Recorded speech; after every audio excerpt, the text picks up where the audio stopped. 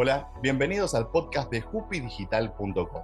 En Jupi Digital ayudamos a graduados y futuros egresados de ciencias exactas, ingenierías y ciencias económicas a reconvertirse en analistas de datos, logrando así mejores ingresos, poder trabajar desde donde quieren y mejor estilo de vida. Por eso hacemos este podcast, en el que hablamos de futuro del trabajo, educación, estilo de vida digital, tecnología y análisis de datos. A quienes nos ven por YouTube les pido le den like a este video y se suscriban al canal. A quienes nos escuchan por Spotify, que dejen una review. Si es de 5 estrellas, mejor. En el episodio de hoy contamos con la presencia de Carlos Quiroga. Él es colombiano, trabajó para IBM, para Oracle y hoy es líder corporativo de arquitectura digital. Vamos a hablar de cómo irrumpió la tecnología en la banca. Vamos a hablar de criptomonedas, vamos a charlar sobre el futuro de la región y de la digitalización de las empresas. Siempre rompiendo paradigmas, siempre avanzando, siempre con una vista al futuro. Vamos con el episodio. Buenas, Carlos, ¿cómo estás? Muy bien, ¿cómo estás? Bien, Perfecto. agradecer a Yupi por la invitación y por este espacio y pues vamos a conversar. No, a vos por estar con nosotros y compartir este momento tan lindo. Contanos, Carlos, ¿qué formación de base tenés? Bueno, Ricardo, yo te cuento, yo empecé apasionado por la tecnología, pero desde el punto de vista de lo que es la eléctrica. Yo soñaba con ser ingeniero electrónico, un poco con armar máquinas, desarmar máquinas, temas de automatización. Y estando en la universidad tuve la oportunidad de desarrollar, casi todas las carreras de ingeniería tienen uno o dos cursos de programación y resulté ser bueno programador. Entonces, con un amigo que también era muy bueno, empezamos a decir, oye, ¿por qué no hacemos programa doble? O sea, esta oportunidad de sacar doble titulación. Bueno, estuvimos revisándolo y me gustó la idea, me fue muy bien en el mundo del desarrollo de software, de la ingeniería de software, y empecé a hacer las dos carreras. Yo salí a trabajar buscando en esa pasión que tenía, en el tema de ingeniería, pasé hojas de vida a empresas de controladores, empresas de electrónica. Sin embargo, no salían. Yo tuve una hija muy joven y entonces, claro, tenía una necesidad y estando en eso, un profesor de la universidad me llamó y me dijo, oye, Carlos, ¿qué estás haciendo? Estamos desarrollando este proyecto y ahí fue que me conocí por el mundo de los sistemas y ahí fue donde arranqué mi carrera en sistemas. Ese Bien, ha sido como el arranque. ¿de qué años estamos hablando para ubicarnos? Uy, estamos hablando de 90, yo estudié en la universidad entre el 90 y el 96. Bueno, le contamos a los centennials que no era en blanco y negro esto, ¿está? No, no, no. Porque nos sigue gente de todas las edades, hay gente que nació del 2000 para adelante, y no, los 90 fueron igual en Latinoamérica, y todo esto era muy nuevo, hay que Sí, decir esto también, porque las primeras PCs multimedia, que se les llamaba a los computadores personales que tenían posibilidad de reproducir sonido, por ejemplo, y grabar sonido, eran el boom de los 90 y era ujú, como la novedad. Y empezaban a tener la gente que podía, que no era todo el mundo, una PC en su casa, porque antes ujú. solo había en algunas instituciones, ¿no es cierto? Sí, sí, Eh, sí, sí. para ubicarnos también en tema, Eh, esto fue en Colombia, ¿no es cierto? Como habrá en sido en el resto de Colombia, Latinoamérica, en Colombia. muy parecido, ¿no? La realidad. Sí, sí, sí, muy parecido. Orígenes del internet, orígenes de la telefonía Qué celular, interesante lo que planteás, o que sea, un montón de arrancaste. orígenes. Sí, arrancaste desde el lado físico, dijiste, vamos a meter mano, vamos a armar máquinas, vamos Sí, a ver cómo es una memoria RAM, cómo es una memoria ROM, y después dijiste, mira qué lindo esto de programar, porque me gusta, siento que me sirve, y ahí ya hiciste tu primera reconversión profesional en medio de la carrera, podríamos decir. ujú, de acuerdo, sí. Sí, y bueno, finalmente eso fue lo que me permitió empezar a hacer un ciclo de desarrollo y bueno, como todo el mundo de la tecnología, arrancamos siendo desarrolladores, luego empezamos a tener un poco de gestión de control de versiones del código, empiezas a ser un poco líder técnico y bueno, ahí ya fue cuando tuve la oportunidad bueno, ahí hubo un momento de quiebre que sería bueno contarlo y es, y porque le sirve a la gente, porque muchas personas a veces sienten que están en ese punto donde sí han explotado su capacidad de desarrollar, de hacer análisis, de usar la tecnología y llegas a ese punto donde ves los gerentes de proyecto, los Scrum Master hoy en día, los Product Owners, y tú dices, oye, ese es como un frente de trabajo que me gustaría, pero yo sí recomiendo a las personas que son apasionadas por el tema técnico buscar crecer en ese mundo. Y ahí fue cuando yo empecé a conocer el rol del arquitecto, el rol de esa persona que no se suelta del código, que a veces tiene que entender cómo es que están programando las cosas, pero un poco con esa visión de entender para qué es una aplicación, para qué es la funcionalidad y buscar darle más sentido a ese trabajo de solamente codificar, porque pues hacer algoritmos es divertido, pero cuando esos algoritmos no son usados por un usuario final, pueden perder su uso. En mi época, un poco la programación se desarrollaba para usuarios de tecnología que las pantallas no eran amigables, o sea, todo este mundo de experiencia de usuario no existía, pero fue algo que se empezó a generar y hoy en día, y hoy en día la juventud o las personas que están desarrollando, desarrollan de una forma diferente a como lo hacía yo en esa época. Y Bien, pues el ser arquitecto me ha permitido mantenerme con el mundo de la tecnología. perfecto. Es otra forma de encararlo, porque vos no estás en la minucia de codear, como se dice en jerga, de estar pendiente del código, sino que tomás una perspectiva que te permite verlo como un poco más por arriba, más como un director de Ujú. orquesta, si se puede hacer la analogía. De acuerdo. Bueno, Carlos es muy modesto, no lo va a decir él, así que lo voy a decir yo. Si uno revisa su LinkedIn, si stalkea, vamos a decir, su LinkedIn, va a ver empresitas como Oracle e IBM. Sí. Y en este Ujú. momento, contanos lo que puedas, Carlos, obviamente, está con el grupo Pichincha trabajando muy duro con lo que es los bancos, ¿no es cierto? Y el servicio Banca de digital. exactamente financiero y la tecnología que va, hoy lo vemos tan de la mano y sin embargo hay banco hace 500 años. Ujú, de acuerdo. ¿Qué Sí, nos podés ahí, contar de ese proyecto? ok, de lo que estamos haciendo hoy en día, todos los bancos, y no, esto no es ningún secreto, o sea, las entidades bancarias descubrieron que son mucho más tecnológicas que operacionales o que simplemente salvaguardadoras del efectivo. O sea, si bien el corazón del negocio bancario es el dinero y pues la forma como o lo disponibilizas para hacerlo rentar o lo vuelves capital de ahorro para que las personas puedan ahorrar y tener sus sueños y de alguna forma ahí tú entiendes que lo que se hace es captar dinero por el ahorrador y ese dinero se pone en renta a través de los créditos y pues los créditos tienen una tasa y pues es como la estabilidad del negocio.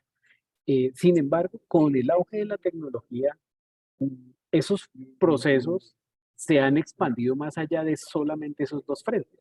Hoy en día la banca hace parte de las cadenas de valor. Hoy en día eh, la banca está detrás de todos los medios de pago, de todos los medios de transacciones. Entonces, de alguna forma, la banca se expandió gracias a la tecnología. Porque si no, seguiría siendo una bóveda para guardar dinero y para prestarlo en caso de que alguien necesitara desarrollar proyectos. Entonces, eso ha hecho que las áreas de tecnología en los bancos hayan tenido que ganar un cierto protagonismo. Y recuerdo hace más o menos unos 4 o 5 años, empezaron a aparecer esas frases de los grandes directores de bancas. Una de las más clásicas es BBVA, que en su momento dijo, no somos un banco, somos una empresa de tecnología. Eso todavía en Latinoamérica no está tan adoptado. Sin embargo, sí, los bancos están teniendo equipos de tecnología cada vez más grandes y pensando en desarrollar esos nuevos modelos de negocio. Ahora, esos nuevos modelos de negocio parten de la necesidad que hubo de evitar que la persona tenga que ir a un banco a realizar alguna transacción. Gracias a los medios de pago, tú puedes tener el banco fuera de la oficina. Y bueno, después de eso aparece el boom digital, donde aparece la banca web, la banca móvil, y ahí ya es cuando, si tú no te enfocas en tener ese mercado, puedes llegar a desaparecer como banco. A eso le podemos sumar todo el tema de las fintechs, en donde hubo un montón de personas que estaban centradas en la tecnología que descubrieron que podían hacer negocios utilizando el dinero sin necesidad de ser banco.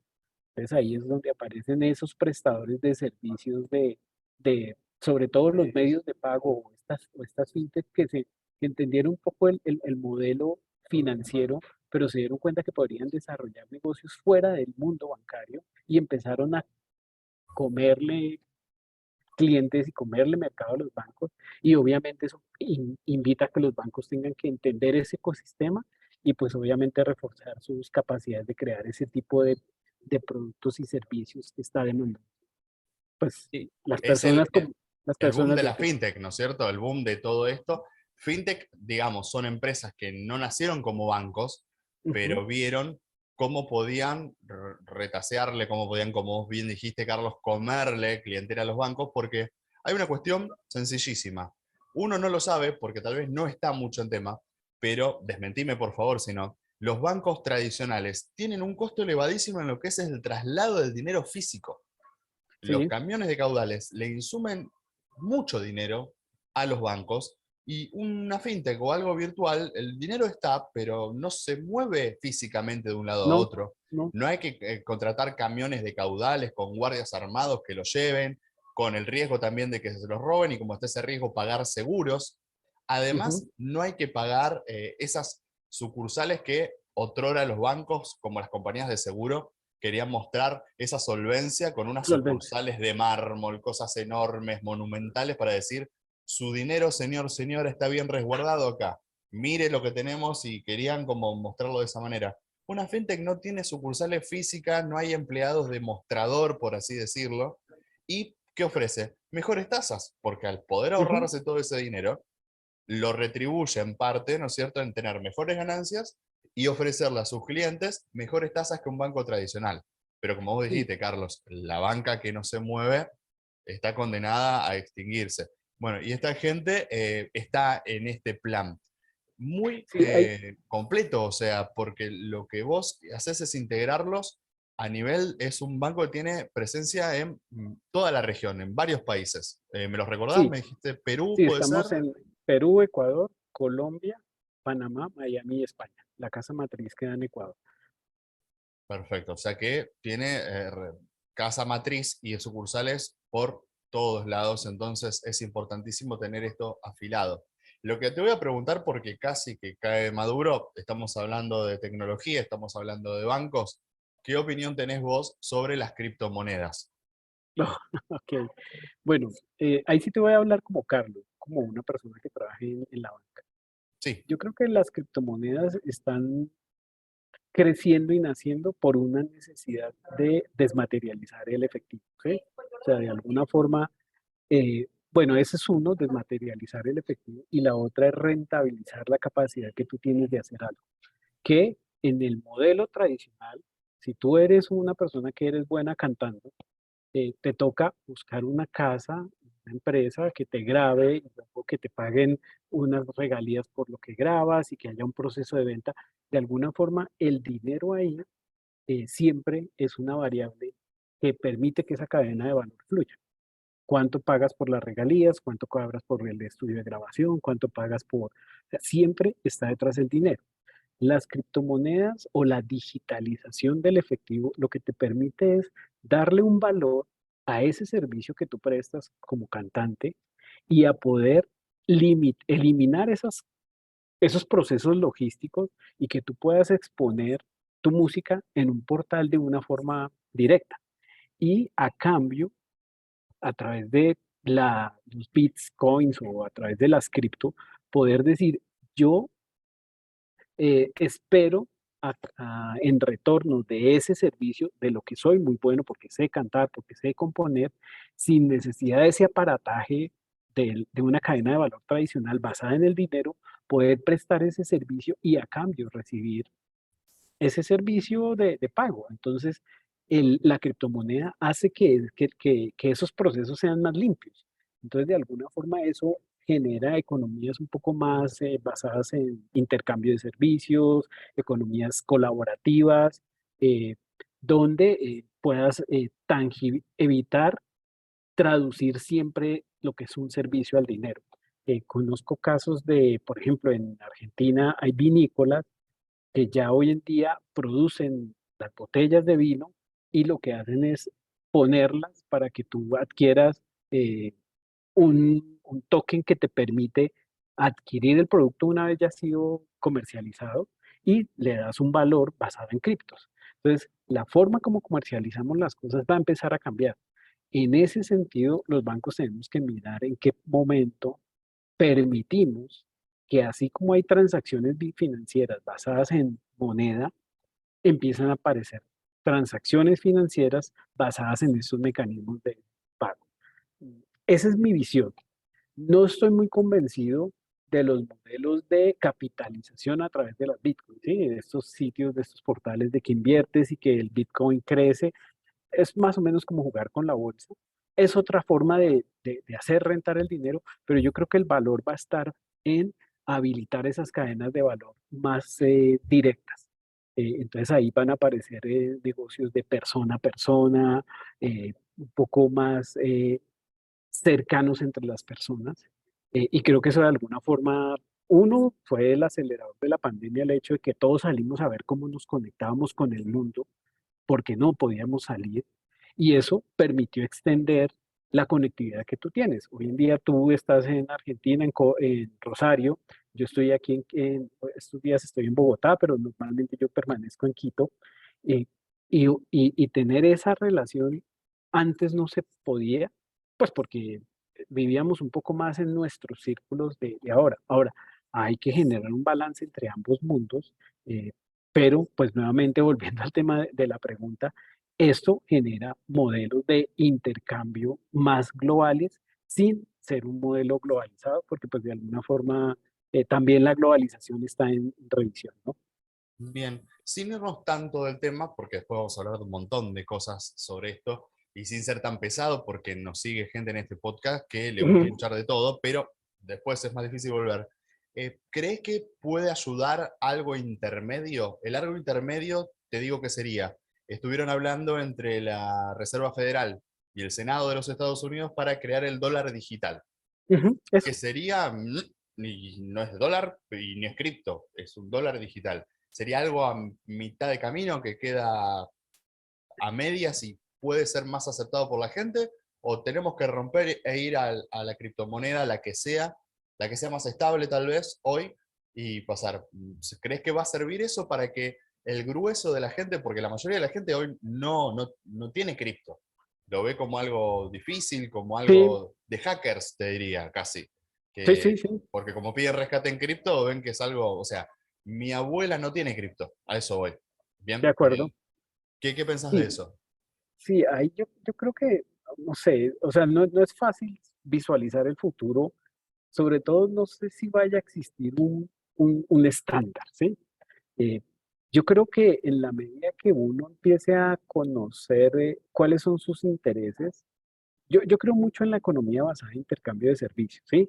Entonces, de alguna forma, eh, si yo tengo la posibilidad de prestar un servicio, prestar mi trabajo y a cambio de eso adquirir otros servicios, si llega a aparecer una plataforma que no hable, que por detrás puede estar respaldada por una moneda, puede estar respaldado por criptos, puede estar respaldada por tokens, o sea, pero que te dé la posibilidad de tasar y de darle un valor a ese servicio que tú prestas y también que tú puedas adquirir y tasar esos servicios que te interesa adquirir. No sé, me interesa comer en un buen restaurante, me interesa viajar y que yo a través de los servicios que presto pueda recibir esos servicios, al final, ¿qué va a haber debajo? Puede ser cualquier cosa, ¿sí? Entonces, por ejemplo, empiezan a aparecer modelos muy comunitarios donde la gente, a ver, volvamos al ejemplo del vino, es gente que le interesa el vino, sabe que al final, hoy en día, para poder adquirir las criptos, tienes que poner capital, ¿sí? Entonces tú coges tu plata, la traduces en criptos, y en ese mundo de las criptos tú tienes las famosas billeteras donde tú vas a poder decir, oye, yo quiero este vino. Si ese vino me lo exigen que sea un token, un NT, un NFT o dólares o el dólar digital, las plataformas, y ahí es donde entran en relevancia los bancos y la tecnología o las fintechs, esas plataformas de intercambio financiero son las que van a tener que tener esa complejidad de cuánto vale el cripto en un momento dado, cuánto vale el cripto en un contexto y hacer la traducción, pero al final tenemos que generar plataformas que te permitan hacer intercambio de servicios y no debería haber un estándar en la medida que las plataformas sean capaces de manejar eso. Porque pues yo no sé si solamente el dólar vaya a ser digitalizado. Es posible que el franco suizo sea digitalizado, el euro. ¿Por qué? Porque de alguna forma, si le llega a funcionar a Estados Unidos el modelo de poder equiparar su capital, porque es que desmontar el dólar no es fácil. Entonces, de alguna forma, estos son modelos de transición. Ahora, yo no sé si en 100 años ya no existan monedas y la gente tenga dispositivos que en la medida que prestas un servicio te da capacidad de adquirir servicios y pues al final ese podría ser un mundo ideal. Ahora, no sabemos qué nos depara el futuro, pero las cosas pueden ir hacia ese modelo. Exactamente. Voy a abusar de tu sabiduría en este tema. Te voy a pedir dos cositas. Que nos cuentes al grueso de la gente que sigue este podcast, así sencillo, lo más sencillo que se pueda, porque las criptos están basadas en una tecnología que se llama blockchain. Que Sí, nos cuentes muy por arriba, a manera, si querés, como de caricatura, pero para que podamos entender qué sería blockchain, y una consulta a modo personal de en qué más crees que se puede dar del uso de esta tecnología que no es solo para hacer criptos, ¿sí? O para minar no, no, criptos. no. Eh, ¿Sí? ¿Lo ves como una pequeña revolución dentro de lo que es el mundo de la tecnología de la información? Ok. Un poco para responder las dos preguntas al tiempo, ¿cómo entendí o cómo yo llegué al mundo del blockchain?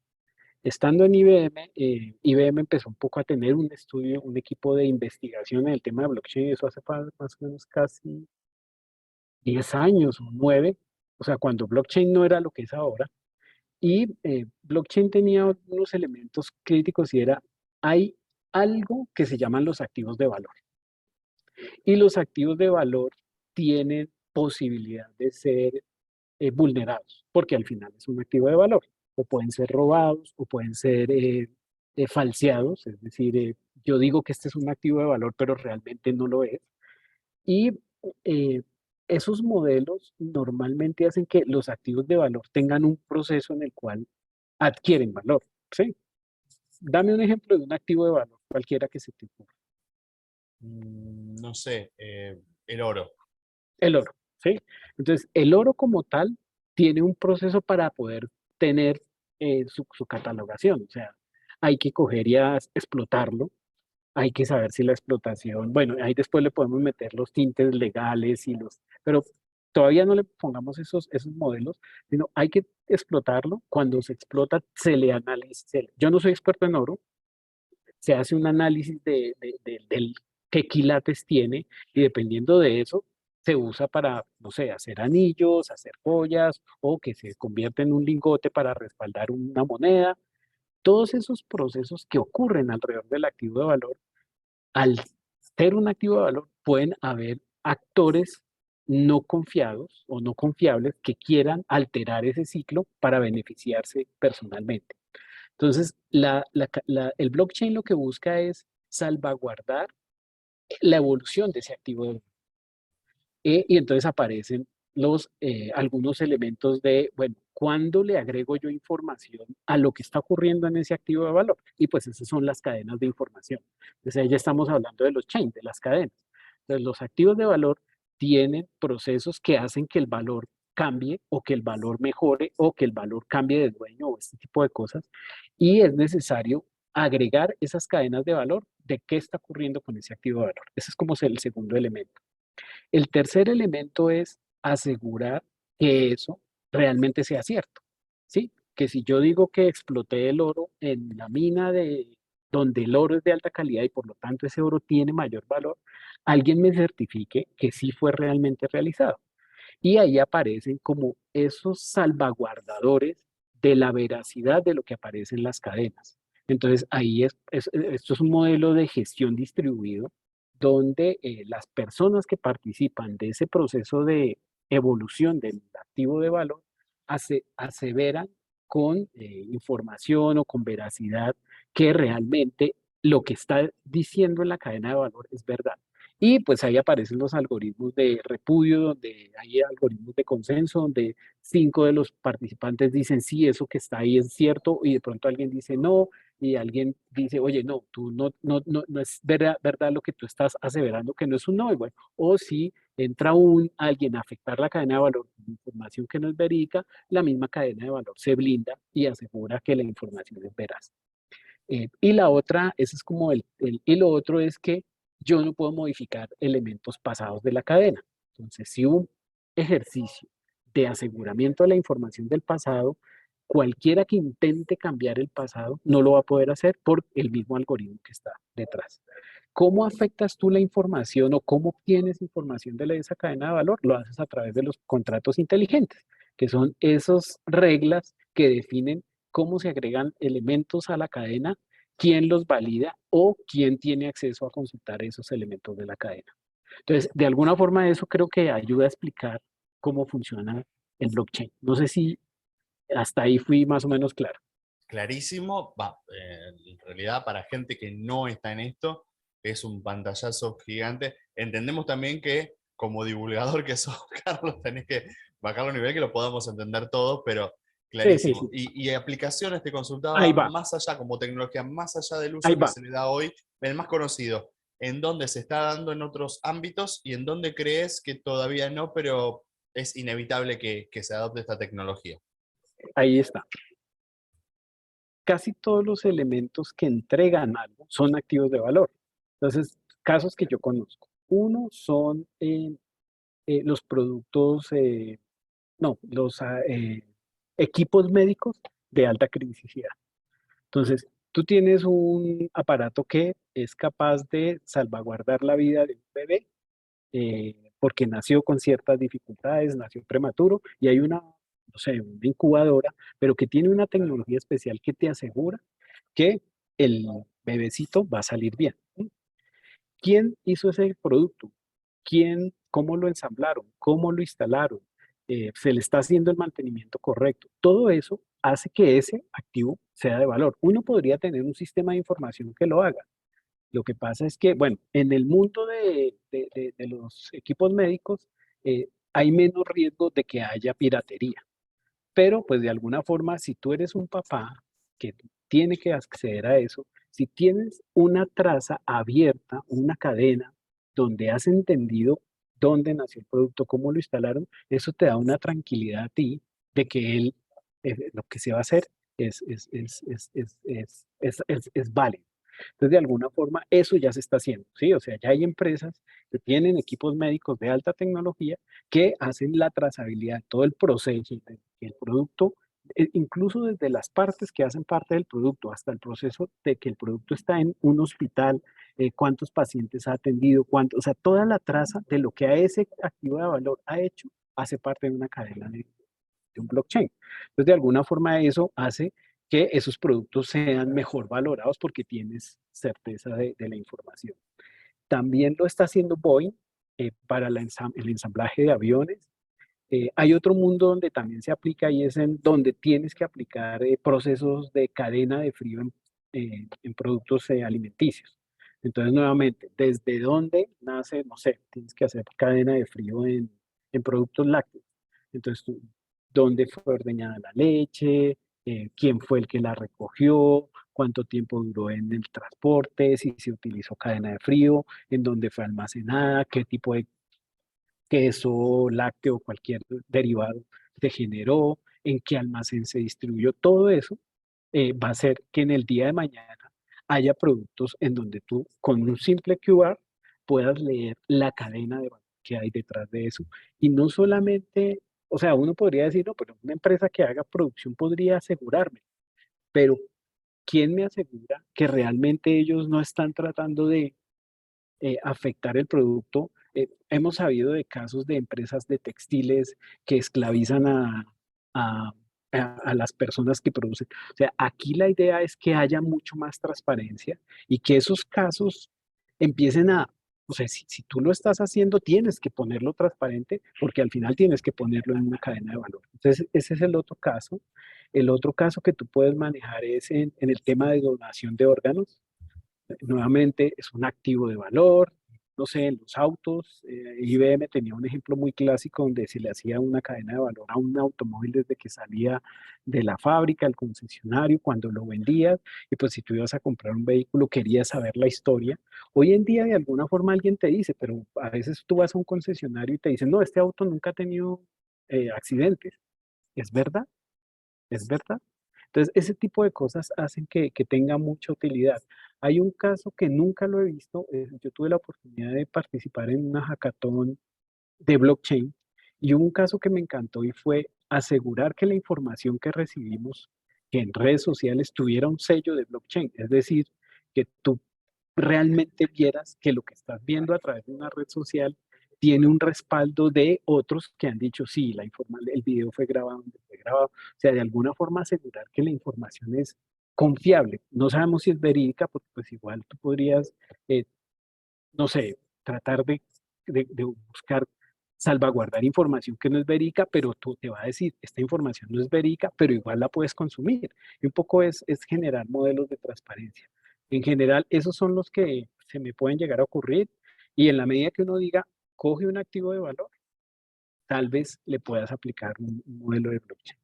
Vos podés certificar la trazabilidad de un activo de valor y la transparencia porque acá no hay una empresa o un gobierno que la digite porque esto está descentralizado y lo Exacto. hacen personas. Ujú, Entonces, como vos decís, desde un producto lácteo, un órgano para trasplante, un vehículo, ya no tenés que confiar en la marca que nos dice esto porque uno no quiere pensar mal, pero bueno, tal vez quieren esconder algunas cosas y acá no hay manera.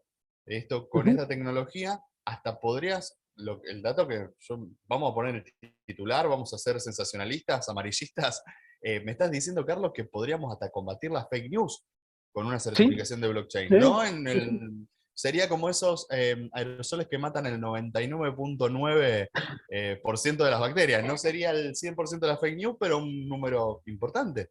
Pues si yo puedo Sí, ir sí. certificando de dónde salió, quién la publicó, si de verdad la publicó Ricardo, si de verdad el editor Carlos le puso la firma ahí, bueno, yo confío en esta cadena de valor, esta trazabilidad de este activo, que puede ser una noticia, que puede cambiar el rumbo de algo o tomar una decisión económica, por ejemplo. Ujú. Imagínate lo importante que sería para los gobiernos contar con una información real y, bueno, Y lo voy a transparente. anotar para poder, vamos a ir patentando eso.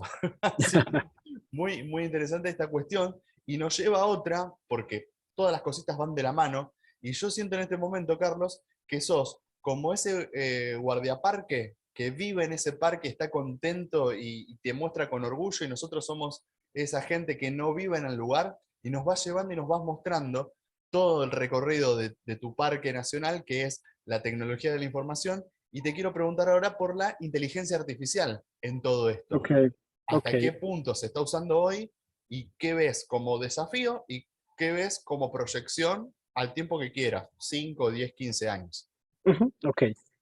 En uso real, está más orientado a la capacidad que tienen los ordenadores de hacer análisis de patrones muy rápido. ¿Sí? O sea, que ahí uno podría decir, si eso lo podemos llamar inteligencia artificial o no. O sea, al final siempre tenemos ese matiz que es la inteligencia, ¿no? Es esa capacidad que tú tienes de observar algo y hacer deducciones y dar una respuesta a esa deducción. Sí, eso es lo que hacen las máquinas. Entonces hoy en día hay mucho uso de eso y nace mucho de la capacidad de poder procesar grandes volúmenes de información y pues gracias a que los sistemas, tenemos dos evoluciones en la tecnología que lo están permitiendo. Uno es que cada vez los procesadores tienen más capacidad de hacer, pues de, así suena redundante, de procesar información, pero también tenemos nuevos modelos de gestión de la información que permiten hacer procesamiento distribuido. Entonces ya no tienes tú un único ordenador haciendo procesamiento masivo de datos, sino tienes varios ordenadores haciendo esa misma tarea en paralelo. Entonces, de alguna forma, eso nos permite que cuando lancemos una información a un algoritmo, una máquina de estas que llamamos inteligencia artificial, tenga la capacidad de ser muy acertada a responder. Eso se está usando mucho en diferentes mundos. Nosotros en la banca lo utilizamos un poco para entender el comportamiento de los clientes. Entonces, para entender que si yo pongo un producto con cierta tasa en cierto mercado, responde o no responde, y lo que hago es analizar de cara a la inteligencia artificial cómo sería el potencial comportamiento. Luego obtengo datos del mundo real, con eso le hago procesos de aprendizaje y empiezo a ver si realmente esto está resultando o no, y si ese tipo de cosas funcionan. Entonces, en ese mundo hay muchos adelantos. Ya sabemos que hay, por ejemplo, una de las pruebas está lo que pasó con la vacuna del COVID. O sea, de alguna forma, detrás de ese modo muy rápido en que se encontró una vacuna, fue porque se alimentó tecnología para poder hacer mucho análisis del tanto del comportamiento de la enfermedad, pero un poco más del laboratorio de lo que era el virus, y entender modelos de atacar ese tipo de virus. Y bueno, ahí hubo un resultado basado en la capacidad que tenía la máquina de hacer un análisis mucho más rápido de esas variables que lo que hubiera hecho un humano a punta pues de cálculo o de análisis en laboratorios. Entonces, de alguna forma, eso se está usando mucho. Ahora, por otro lado, algo que también se entiende como inteligencia artificial es la capacidad que tenemos de entender el lenguaje natural. Y ahí aparece otro modelo diferente, que es el Machine Learning, digo, la interpretación del lenguaje natural, el Natural Language Recognition, el NLN, ya me acordé del término. Entonces, esos son algoritmos que utilizan las definiciones gramaticales de los lenguajes, y ya sea por texto, hacen análisis gramatical del texto basado en las reglas del lenguaje, y son capaces de eh, contestar preguntas basadas sobre ese comportamiento. Entonces, aparecen los chats, y cuando tú juntas, bueno, entonces en el mundo de los chats, ahí el tema de los chats, de los que se están usando hoy en día, todavía no tienen esa capacidad de análisis de procesos, porque pues para eso es donde estamos ya en el mundo del chat GPT y esto que está en boga, pero todavía no se está utilizando en el mundo, más allá de los ejemplos que le muestran a uno, ¿sí? Pero antes de eso estaban los que tú hacías una pregunta, y ahí lo que se hace es, tomando el entendimiento del lenguaje natural, tú analizas la intención de la persona. Entonces, si tú dices, oye, mira, yo quiero saber qué productos tiene usted como empresa.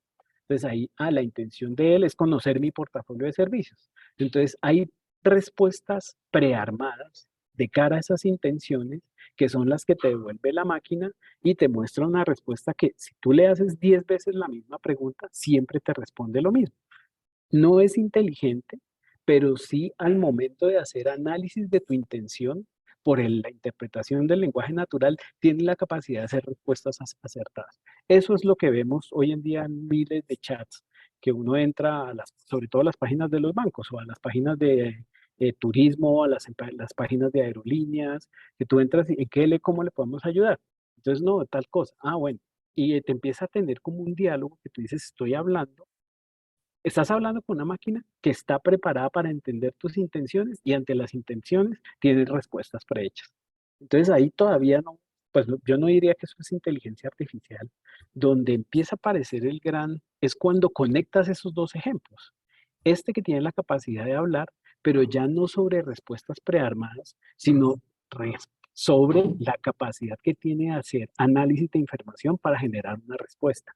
Y ahí es cuando tú empiezas a decir, wow, esto ya tiene un detrás de racionamiento, que eso ya llevaría a llamarlo inteligencia artificial. Usos todavía no hay. Se supone que los buscadores van a empezar a integrar, se ha hablado de que Google va a empezar a integrar en su buscador este tipo de tecnología. Microsoft hizo un acuerdo con ChatGPT para integrarlo. De alguna forma, eso va a empezar a aparecer, pero pues nuevamente está en esos mundos donde no hay servicios críticos detrás. O sea, todavía yo no creo que vayamos a hacer diagnóstico médico a través de ChatGPT. Hay gente que está haciendo programación a través de ChatGPT, pero cuando uno mira los ejemplos, pues son los mismos. O sea, yo a veces siento que ChatGPT hace copy-paste más rápido que uno. Porque al final lo que hace ChatGPT, cuando tú le dices, ayúdeme a ver este algoritmo, es que busca la mejor forma de hacer no sé, quiero hacer una página que yo tenga aquí un menú, y tú le empiezas y pues uno dice, eso es lo que hace uno cuando programa. Lo que pasa es que la máquina tiene un montón de código detrás, de experiencias, que hace que él diga, ok, esto aplica y te trae patrones. Y claro, obviamente, si tienes buena data, pues al final tienes que ser efectivo, porque al final la programación se basa en básicas, o sea, algoritmos muy básicos que uno después los empieza a utilizar para resolver problemas. Eso es lo mismo que está haciendo la máquina. Entonces, de alguna forma, hasta ahí uno dice, ok, sí programa, pero, pero pues programa, o sea, si yo tuviera la capacidad de aprenderme todos esos algoritmos, tal vez programaríamos igual, ¿me explico? Perfecto. La gente que prohíbe, para vos, ¿dónde la pones? ¿Carlos lo aprueba o pensás que quieren tapar el sol con el dedo? Por ejemplo, el Ministerio de Educación de Nueva York prohibiéndole a los chicos, en lugar de tal vez ayornar la forma de educar, diciendo no usen esto porque, ¿por qué no? Porque les va a cortar la, no sé, imaginación. Sí, yo soy de las personas cero prohibitivas. Soy una persona que estoy más abierto a la experimentación. Ahora, siempre es bueno entender los riesgos de la experimentación que tú estás haciendo. Entonces, de alguna forma, cuando aparecen prohibiciones, es porque o hicieron un análisis de riesgo que concluyeron que la mejor forma era decir no, porque no se dieron a la tarea de buscar alternativas de en qué contexto vas a generar ese análisis de prohibición, ¿sí? Porque pues prohibir el no por el todo, de alguna forma te quita oportunidades, ¿sí? Sin embargo, el sí a todo te puede generar riesgos. Entonces, yo soy un poco más abierto a experimentar con análisis de riesgos. O sea, yo cada vez que, o sea, y eso se aprende mucho en banca. O sea, en banca, por eso es que tal vez los bancos no tenemos mucha investigación, porque de alguna forma o sea, cualquier error que llegáramos a cometer afecta la economía de las personas que confían en el banco. Entonces, de alguna forma no son espacios donde tú puedas jugar mucho. Sobre todo porque también hay marcos legales que te dicen, oye, tú tratas de hacer algo y te puedes decir un legal, oye, esto no se puede hacer y aparecen las prohibiciones. Pero sí creo que el mundo debe estar abierto a explorar, eso es lo que nos ha permitido estar donde estamos, pero sí es necesario hacer análisis de riesgo porque la tecnología, como toda herramienta, puede ser bien usada, puede ser mal usada. Y el que tú creas que puede ser mal usada no debería ser atacado con un no lo puedes hacer, sino empezar a crear espacios seguros en donde poder hacerlo. Entonces, el, si el Ministerio de Educación o bueno, el área de educación de Nueva York tiene ciertos temores, empiece a identificar cómo eh, pone espacios seguros para que los estudiantes puedan aprovechar. Entonces, listo, no te lo prohíbo a que lo hagas de forma no abierta. Si lo vas a usar, sé transparente, di lo que lo estás usando, por qué lo estás usando, cómo lo estás usando, y que haya un proceso de acompañamiento de ese joven o de esa persona, porque el día de mañana ellos van a vivir con esas tecnologías. O sea, esa tecnología no la vamos a poder evitar. Eh, el tema es que tenemos que saber cómo la usamos de una buena forma. Sí, sería como lo que propones, llevándolo al léxico que es de programación, sería como un sandbox, diríamos en Ujú. castellano, como el arenero de las plazas para los niños, donde, bien, en este ámbito, acá y acá, puedes jugar, tranquilo, pero acá. Y no te lo lleves para todos lados, ni porque hay una tendencia que, bueno, hay mucha gente con personalidad activa, ¿no? Entonces Ujú, le da por hacer todo y llevarlo al extremo, ir al máximo con una tecnología que te noto bastante cauto, bastante salomónico con esto. Está bueno, pero no tanto, le falta todavía. ujú, Y sí, más sí, hablando de lo que son las inteligencias artificiales integradas, porque hay un ejemplo viejo que en el año creo que fue 97, una máquina que se llamaba Deep Blue de sí, Deep IBM Blue, le sí, gana al campeón mundial de ajedrez de ese momento, que era Kasparov. sí, Genial, le ganó al campeón, fue una máquina. Pero si vos ponías esa máquina de IBM a jugar a las damas, que era el mismo, no sabía ni por dónde empezar. ujú, Entonces, mucha gente dice, bueno, chicos, tranquilo con el tema de las inteligencias artificiales porque está buenísimo, pero para que sean integrales, por así decirlo, le falta bastante. ujú, Entonces, todavía tenemos mucho para avanzar, mucho para seguir. Lo que pasa es que uno va con, por ejemplo, no sé si usaste o si la gente que nos sigue usó Dalí, entra, le dice, por favor, haceme un dibujo sobre, y te lo devuelve, y es ujú, impresionante, que es prácticamente magia, o sea, ujú. es maravilloso Te perdí, Ricardo.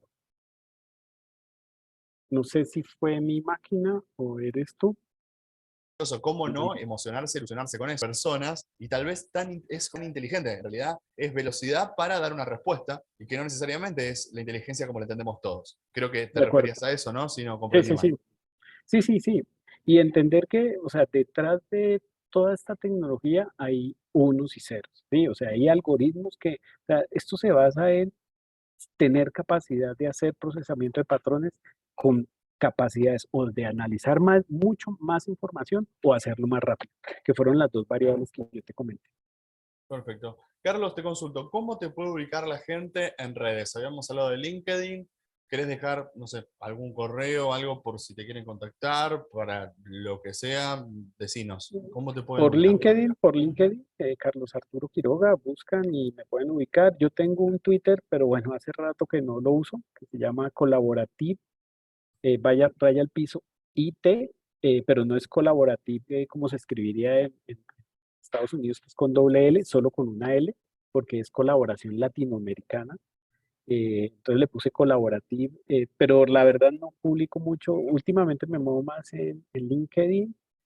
Sí, Instagram, tengo un Instagram familiar, no, la verdad no soy muy de redes sociales, sobre todo por lo que pues, cuando trabajas tú en sector privado, eh, de alguna forma el trabajo lo dejas un poco al interior, pero sí, por LinkedIn sí, me gusta mucho apoyar en nuevos marcos de trabajo, entonces estoy muy bien en el mundo de los marcos ágiles, por ahí publico ciertas cosas en eso. Y sí, cuenten con lo que necesiten y aquí abierto a escuchar y a recibir sus contactos. Bien, nosotros no nos queda más que agradecerte por este rato de esta charla entretenida. Creo que nos queda la cabeza, ¡pum!, explotada con tanta información y con tanto como para seguir buscando. Eso es lo entretenido. Acá damos como pequeños disparadores, tocamos varios temas y si alguno interesa, pica ese bicho de la curiosidad como para buscar y meterse, investigar.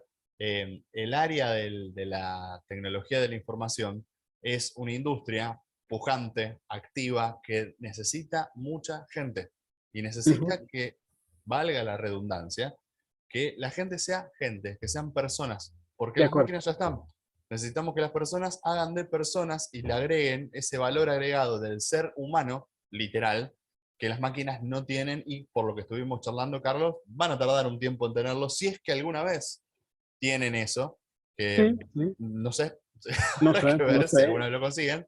Entonces, hoy por hoy se necesita mucho. ¿Querés dejarnos un mensaje que tenga que ver tal vez con eso, con animar a la gente a que entre, que no tenga miedo, que hay una comunidad grande? Vos, de hecho, te has ofrecido recién vos publicás habitualmente en LinkedIn y tenés llegada a mucha gente. De animarlos a entrar, a curiosear en lo que es la industria del análisis de datos, de lo que es la industria de la tecnología de la información. Sí, sí, claro, sí, sí, claro. O sea, y sobre todo porque uno no pensaría que es algo que nos pueda generar temor, siempre y cuando, como tú lo dijiste, los seres humanos que estemos detrás seamos seres humanos. O sea, yo creo que las máquinas van a ser muy buenas copiando nuestros comportamientos, porque así las estamos educando. Les damos nuestra información para que analicen nuestra información. Les generamos cómo son nuestras estructuras lingüísticas para que entiendan cómo hablamos. Si nosotros somos malas personas, lo que salga de ahí no puede ser bueno. Pero si, como tú lo dijiste, somos seres humanos, lo que nos vaya a generar esa tecnología debería reflejarnos. Si el día de mañana no nos sentimos a gusto con lo que vemos, no es por la tecnología, es por la forma como la abordamos. Excelente. Carlos, muchísimas gracias entonces. Siga con esa misión que tienen de la banca, que bueno, la necesitamos todos, se notó en pandemia, pero se nota más, que nos ahorra mucho tiempo de no tener que ir físicamente a un banco, así que cuando vean eso, gente como Carlos está atrás, así que hay que Ujú. agradecerles, es por ellos que se puede hacer todo esto. Los famosos home banking, banca telefónica y todo eso, están atrás, están trabajando y están yendo al próximo nivel. Están llevando esta tecnología a la próxima meta y bueno, siguen trabajando. No te vamos a robar más tiempo porque bueno, nos está sacando esto, así que agradecerte en nombre mío y de toda la gente de Jupi y de quienes siguen este podcast. Y bueno, estamos en contacto con vos a través de las redes para seguir nutriéndonos de todo esto que nos brindas, Carlos. Buenísimo. Y si quieren aprender sobre análisis de datos, creo que Jupi es una buena escuela. Muchísimas gracias. Chao, chao.